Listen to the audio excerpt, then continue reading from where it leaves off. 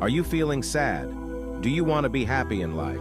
Here are 4 golden simple things to follow for happiness and success, as said by the Prophet Muhammad. Peace be upon him. Advice number 1. He said to avoid 3 things, which are bad deeds that you don't ask forgiveness for. Being jealous of others, which is the thief of joy, and a popular one in this day and age, which is gossiping. Advice number 2. Get these 3 things in life, which is to seek knowledge, to have good manners in the way you carry yourself, and to have piety. Advice number 3 is on purity. Keep these things pure. Keep it clean, which is the body.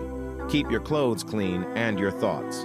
Advice number 4 is to remember these 3 things, which is death, the destroyer of pleasures, the favor that someone did for you, and to remember the good advice of others, especially those of wisdom and knowledge that benefits you.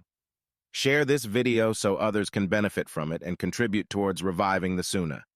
He who revives the Sunnah will be in paradise with the Prophet Muhammad.